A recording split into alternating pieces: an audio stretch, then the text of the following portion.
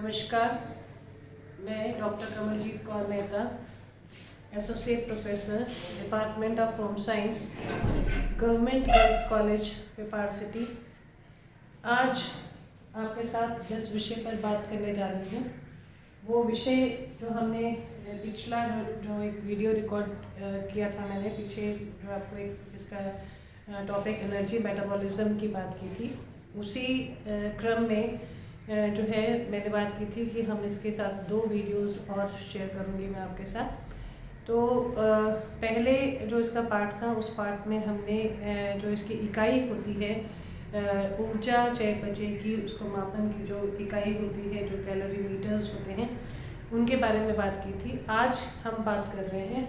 BMR, जिसको English में basal metabolic rate कहते हैं। BMR यानी तीनों शब्द के जो कैपिटल जो शब्द हैं उनको मिला के BMR, जिसको हिंदी में आधारीय चयापचय कहा जाता है। इसमें हम 3 बातें करेंगे। एक तो सबसे पहले कि BMR होता क्या है, व्हाट इज BMR। दूसरा, BMR को किस तरह से मापा जाता है, इसका किस तरह से इसको जो है मेजर किया जाता है। और तीसरी हम बात करेंगे कि BMR को प्रभावित करने वाले कौन से कारक हैं। तो सबसे पहले हम शुरू करते हैं कि व्हाट इज BMR, है ना। BMR क्या है। अब क्या है कि जब हम कार्य करते हैं, हमें ऐसा लगता है कि जब हम कोई काम कर रहे हैं, जैसे हम दौड़ रहे हैं, भाग रहे हैं, खाना खा रहे हैं, कुछ और कार्य कर रहे हैं, तो उसमें हमारे शरीर से ऊर्जा का व्यय होता है, यानी कैलोरीज जो है वो खर्च होती है। लेकिन क्या है कि ऐसा नहीं है। जब हमारा शरीर पूर्ण विश्राम की स्थिति में है, यानी हम पूर्ण रूप से हम रेस्ट कर रहे हैं, हम जो है हम मानसिक रूप से, शारीरिक रूप से हम रेस्ट कर रहे हैं, तो भी हमारे जो है ऊर्जा का व्यय जो है या कैलोरीज का व्यय जो है वो हमारे शरीर से होता है। अब आप सोचेंगे कि जब रेस्ट कर रहे हैं या जब काम नहीं कर रहे हैं तो उस समय कैसा क्यों होता होगा। तो वही चीज़ जो है वो BMR कहलाती है, यानी पूर्ण विश्राम की स्थिति में, यानी जो व्यक्ति है वो शारीरिक रूप से भी, मानसिक रूप से भी और उसका पाचन संस्थान जो है, तीनों यदि विश्राम की स्थिति में है, यानी कि मेंटली वो बिल्कुल फ्री है। कभी कभी ऐसा होता है कि हम शरीर से काम नहीं कर रहे हैं लेकिन हमारा दिमाग इतना एक्सरसाइज कर रहा होता है, इतना दौड़ रहा होता है, तो वो मेंटल एक्सरसाइज होती है। फिजिकल एक्सरसाइज वो होती है जो हम काम कर रहे हैं। और पाचन संस्थान जो है, अगर हमने अभी कुछ देर पहले खाना खाया है तो हमारा पाचन संस्थान जो है वो पूरा काम कर रहा है ना। लेकिन BMR को समझाने के लिए जो मेन जो बात है वो ये है कि पूर्ण विश्राम की स्थिति में, यानी मानसिक, शारीरिक एवं पाचन संस्थान जो है वो विश्राम की स्थिति में हो, तो शरीर के अनैच्छिक कार्य, यानी 2 तरह के कार्य होते हैं, एक वॉलंटरी फंक्शंस होते हैं, एक इनवॉलंटरी फंक्शंस होते हैं। जो इनवॉलंटरी फंक्शंस होते हैं, यानी कि हम जैसे हमारा हृदय काम कर रहा है तो वो हमारी इच्छा से नहीं कर रहा, वो उसका काम है, वो अपने आप हृदय जो है वो कार्य कर रहा है, गुर्दे अपना कार्य कर रहे हैं, हमारे जो फेफड़े हैं वो अलग कार्य कर रहे हैं, अपना कार्य कर रहे हैं। तो उन कार्य करने की जो क्रिया होती है और शरीर के तापमान को, यानी हमारी बॉडी का जो टेम्परेचर है उस टेम्परेचर को स्थिर रखने की, यानी टेम्परेचर को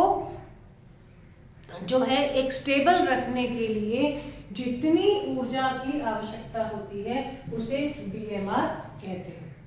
ठीक है, तो अब इस चीज़ को मैं फिर से रिपीट करती हूँ कि पूर्ण विश्राम की स्थिति में, यानी जब मानसिक रूप से हम बिल्कुल रेस्टिंग पोजीशन में है, शारीरिक रूप से बिल्कुल रेस्टिंग पोजीशन में है, पाचन संस्थान ने अभी हमारा काम नहीं कर रहा है, यानी हमने बहुत पहले खाना खा लिया है, और जो हृदय, गुर्दे, फेफड़े और यकृत, यानी जितने इसके अलावा और भी जितने ऑर्गन्स हमारी बॉडी में काम कर रहे हैं, उस काम करने के लिए जितनी ऊर्जा की आवश्यकता होती है, और साथ ही तीसरी इम्पॉर्टेंट चीज़ कि शरीर के तापमान को जो है स्थिर रखने के लिए, यानी हमने अपने शरीर के तापमान को स्थिर रखने का हम प्रयास कर रहे हैं। स्थिर मतलब रखने के लिए कितनी ऊर्जा की जो आवश्यकता होती है उसे BMR यानी बेसल मेटाबॉलिक रेट कहते हैं। ठीक है, अब हम बात करते हैं कि ये जो BMR है इसको नापने के समय क्या प्री रिक्विजिट्स होनी चाहिए, यानी जब आप BMR को नाप रहे हो तो उस समय क्या एसेंशियल फैक्टर्स हैं जिनको कि ध्यान में रखना चाहिए। सबसे पहले है कि भोजन किए हुए कम से कम 12 से 16 घंटे हो जाने चाहिए। दूसरा ये है कि पूर्ण रूप से मानसिक एवं शारीरिक विश्राम होना चाहिए, यानी कई बार हमें ऐसा लगता है कि हम जो है शरीर से तो काम नहीं कर रहे, लेकिन हमें लग रहा है कि हम मानसिक रूप से भी हम रेस्ट कर रहे हैं, लेकिन दिमाग अगर जो है एक्टिव है बहुत ज़्यादा तो उस केस में आपका BMR का जो मेजरमेंट है वो सही नहीं होगा। तो दोनों स्थितियों में विश्राम और शरीर का तापक्रम सामान्य, यानी जो बॉडी टेम्परेचर है उसका अगर वो सही होगा, जैसे 98.4 या 98.6 डिग्री फ़ारेनहाइट जो है वो नॉर्मल बॉडी टेम्परेचर होता है, तो नॉर्मल बॉडी टेम्परेचर अगर हो उससे ज़्यादा हो तो भी BMR इफेक्ट होता है, उससे कम हो तो भी BMR इफेक्ट होता है। और कमरे का जो तापमान है वो 21 डिग्री सेंटीग्रेड से 24 डिग्री सेंटीग्रेड तक रहे। अगर मौसम ठंडा है, अगर टेम्परेचर ज़्यादा है तो ये भी इफ़ेक्ट करते हैं BMR के रेट को। ठीक है, तो ये चीज़ें जो हैं ये ज़रूरी है, BMR नापने के समय जो है ये फैक्टर्स होने ज़रूरी है।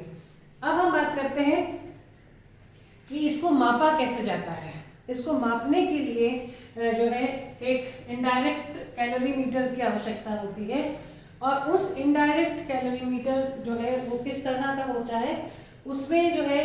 उसमें एक ऑक्सीजन सिलेंडर लगा हुआ होता है, और जो है वो एक इस तरह का बंद एनक्लोज्ड रूम है, और उसमें व्यक्ति जो है वो निश्चित समय यानी उस समय पर उसने कितनी सांस ली, यानी कितनी ऑक्सीजन की मात्रा उसने ली और कितनी कार्बन डाइऑक्साइड की मात्रा उसने छोड़ी, इसको मापा जाता है। ठीक है, अब इसको मापने के लिए जैसे जो यंत्र जो होता है उसमें एक सिलेंडर होता है, उसी सिलेंडर से ही आपको, क्योंकि बाकी जो रूम है उसमें वैक्यूम होता है, उसमें हवा नहीं है, आपको जो है या जो आपको जो सांस लेनी है वो सिलेंडर के थ्रू लेनी होती है। जैसे जिसको हम कहते हैं ना कि जो ऑक्सीजन लेने वाला जो यंत्र होता है, जैसे अगर कोई व्यक्ति बीमार हो जाता है तो उसको ऑक्सीजन दी जाती है, तो उस तरह के यंत्र से ऑक्सीजन जो है वो सिलेंडर से ही, उसी ऑक्सीजन सिलेंडर से ही सांस लेनी है, और जो है कार्बन डाइऑक्साइड जो वो छोड़ता है तो वो वहाँ पर एक इस तरह का एब्जॉर्बेंट होता है, अवशोषक होता है, कि जो कि कार्बन डाइऑक्साइड जितनी निकली उसको की अवशोषित कर लेता है। अब जितनी निश्चित समय में, यानी दोनों चीज़ें रिकॉर्ड हो रही हैं, कितनी आप ऑक्सीजन ले रहे हैं और कितनी आप कार्बन डाइऑक्साइड छोड़ रहे हैं, ये उस यंत्र के द्वारा जो है वो उसकी मात्रा रिकॉर्ड की जाती है। और निश्चित समय में, यानी एक जो निश्चित समय है, फिक्स टाइम जो है, उसमें ऑक्सीजन से उत्पन्न हुई जो ऊष्मा है उसकी मात्रा को मापा जाता है। अब उसके लिए जैसे क्या है कि जो रूम है उसके चारों तरफ, वो इंसुलेटेड रूम है, उसके चारों तरफ जो है वाटर रहता है पाइप में, और वो जो उस ऑक्सीजन जो और इससे जो ऊष्मा उत्पन्न हुई, यानी जो है ऑक्सीजन से जो ऊष्मा उत्पन्न होती है उसकी मात्रा से जो जल जो है वो गर्म हो जाता है। अब वो कितना गर्म हुआ उसका भी जो है उससे मालूम चल जाता है, और इससे ये पता चलता है कि ऐसी स्थिति में व्यक्ति जो है उसने कितनी ऊर्जा जो है उसको जो है एब्जॉर्ब, कितनी ऊर्जा जो है वो उसकी लगी इस नॉर्मल कंडीशन में, और इसी से फिर उसका BMR जो है वो पता लगता है। अब हम बात करते हैं BMR को प्रभावित करने वाले कारक, यानी हमारा जो ये BMR जिसकी हम बात कर रहे हैं, ये किन किन कारकों के द्वारा या कौन से फैक्टर्स के द्वारा ये इफेक्ट होता है। सबसे पहले होता है शारीरिक आकार एवं संगठन, यानी व्यक्ति के शरीर का आकार कैसा है। ठीक है, अगर इसमें क्या होता है, क्योंकि 15% ऊष्मा जो है वो त्वचा के द्वारा निष्कासित होती है, तो त्वचा का जितना क्षेत्रफल होगा उसी के हिसाब से व्यक्ति का BMR बढ़ेगा या घटेगा। एक लंबा पतला व्यक्ति जो है, जिसकी लंबाई ज़्यादा है और जो पतला है, उसका जो BMR है वो उस व्यक्ति, क्योंकि उसकी जो त्वचा का जो क्षेत्रफल है वो अधिक है, इसलिए वो किसी मोटे और कम हाइट वाले व्यक्ति से जो है उसको उसका BMR जो है वो ज़्यादा रहेगा। ठीक है, फिर दूसरा जो इम्पोर्टेंट फैक्टर होता है वो होता है आयु, यानी व्यक्ति की आयु क्या है। तो जो BMR जो है व्यक्ति का वो वृद्धि के समय अधिक होता है, यानी जो हमारा जो साइकिल है उस साइकिल में जब जब वृद्धि का रेट, यानी शरीर की बढ़त की जो का रेट जैसे जैसे बढ़ता जाता है, वैसे वैसे जो है ये जो है उस समय उस ड्यूरेशन में जो है वो BMR अधिक होता है। जैसे 1 से 2 साल, यानी जो फर्स्ट 2 इयर्स इन्फेंसी के होते हैं, ये जो मैंने एरोज लगाए हैं, ये ऊपर की तरफ एरोज मत का इंडिकेट करता है कि जो है BMR बढ़ता है, और नीचे की तरफ एरो है, इसका मतलब कि ये कम होता है। तो जो शुरू के 2 साल होते हैं जिसमें बच्चा एकदम से बढ़ता है, उसकी वृद्धि हो रही है, उसकी हाइट भी बढ़ती है, उसके जो है पूरा बॉडी में बहुत सारे चेंजेस आते हैं, तो बढ़त उस समय बढ़ रही होती है, तो उस समय जो है BMR बढ़ा हुआ होता है। बाल्यावस्था में, यानी कि जब उसकी फिजिकल डेवलपमेंट थोड़ी सी कम हो जाती है या स्टेबल हो जाती है या स्टेगनेंट हो जाती है, तो ये कम हो जाता है। फिर जब किशोरावस्था होती है, तो किशोरावस्था में वापस से जैसे एकदम से बच्चा जो है किशोर में हाइट लेता है, किशोरी जो है अपनी हाइट गेन करती है, उसके और जो है पैरामीटर्स सब चेंज होते हैं, तो उस समय ये किशोरावस्था में और बढ़ जाता है। और 25 से 45 साल जो है की जो उम्र होती है, उसमें जो है 3%, इस उम्र में हर 10 साल में 3% BMR जो है वो डाउन होता है। और ऐसे ही 65 साल की उम्र के बाद में जो है ये 7.5% लेस हो जाता है, यानी 7.5% जो है वो जो है कि BMR की कमी हो जाती है। लेस मीन्स ये इस तरह का एरर। अब ये बात हुई आयु की। अब उसके बाद में नेक्स्ट जो फैक्टर जो है प्रभावित करने वाला BMR को, उसको कहते हैं, वो कहते हैं लिंग, यानी मेल है या फीमेल है। तो स्त्रियों में वसा युक्त ऊतक जो है वो अधिक होता है पुरुषों की अपेक्षा। उनकी जो फैटी टिश्यू जो होता है वो अधिक होता है, इसलिए उनका जो BMR जो होता है वो 6 to 10% लेस होता है, कम होता है। फिर नेक्स्ट है निद्रा के समय, यानी जब व्यक्ति सो रहा है तो उस समय, तो जब व्यक्ति सो रहा होता है तो 10% जो है BMR उसका कम हो जाता है। और ये एक और इम्पॉर्टेंट चीज़ पर डिपेंड करता है कि सोते समय व्यक्ति के कितने मूवमेंट्स हो रहे हैं, कितना वो मूव करता है, उसके हिसाब से ये पता चलता है कि जो है उसका और जो BMR है वो कैसे इफेक्ट होगा। यानी कि not only sleep but the movements which are made during sleep are also affected by they also affect the BMR। उसके बाद में हम बात करते हैं नेक्स्ट जो पॉइंट है, दैट इज एंडोक्राइन ग्लैंड्स, यानी हमारे शरीर में कुछ ऐसी ग्रंथियां होती हैं जो कुछ हार्मोन्स जो है, अंतःस्रावी ग्रंथियां जिनको कहते हैं, कुछ हार्मोन्स जो है वो सिक्रीट करती हैं। तो किस तरह वो जो अंतःस्रावी ग्रंथियां हैं वो भी प्रभावित करती हैं हमारे इसको, कि जो है किस तरह से जो है ये BMR इफेक्ट होगा, जिसमें खास करके थायराइड जो होता है, तो अगर अधिक सक्रिय है थायराइड जो है, इसमें 2 स्टेजेस होती हैं, एक होती है हाइपोथायराइडिज्म, एक होती है हाइपरथायराइडिज्म। हाइपो मीन्स कम और हाइपर मीन्स ज़्यादा। तो अगर ज़्यादा सक्रिय है थायराइड तो जो है BMR 75 से 100% तक बढ़ जाता है, और यदि थायराइड कम सक्रिय है तो BMR जो है वो 30 to 40% रिड्यूस हो जाता है। ठीक है, फिर इसके बाद में एक और फैक्टर जो इफेक्ट करता है जिसको हम कहते हैं पोषण की स्थिति, यानी व्यक्ति की जो न्यूट्रिशनल जो कंडीशंस होती हैं या जो न्यूट्रिशनल उसका स्टेटस होता है वो प्रभावित करता है।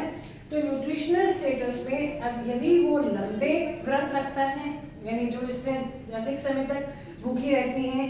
या लंबा व्रत रखती हैं, और कुपोषण की स्थिति होती है, यानी व्यक्ति जो है वो जो है प्रॉपरली जो है वो डेफिशिएंट है, कुपोषित है, तो 10 से 20% जो है वो कम हो जाता है। उस केस में BMR जो है वो 10 to 20% लेस होता है। और किशोरावस्था जो है उसमें जो मासिक चक्र होता है, यानी जब जैसे हर महीने जो पीरियड्स होते हैं, जो मेंस्ट्रुएशन होता है, उस मेंस्ट्रुएशन में से 1 वीक पहले, यानी जब पीरियड स्टार्ट होने वाले होते हैं तो उससे 1 वीक पहले ये BMR रिड्यूस हो जाता है, कम हो जाता है, और अगले जब पीरियड स्टार्ट अगला जब पीरियड जो मासिक चक्र स्टार्ट होना होता है तो धीरे धीरे ये जो BMR जो है ये बढ़ जाता है। तो जो है हमने आज ये बात की कि जो है इसमें BMR क्या होता है और BMR को प्रभावित कैसे मापा जाता है और कैसे प्रभावित होता है कौन से फैक्टर्स से, और इसके बाद में जो है हम नेक्स्ट वीडियो में इसके जो थर्ड जो वॉल्यूम है उसके बारे में हम नेक्स्ट वीडियो में बात करेंगे। धन्यवाद।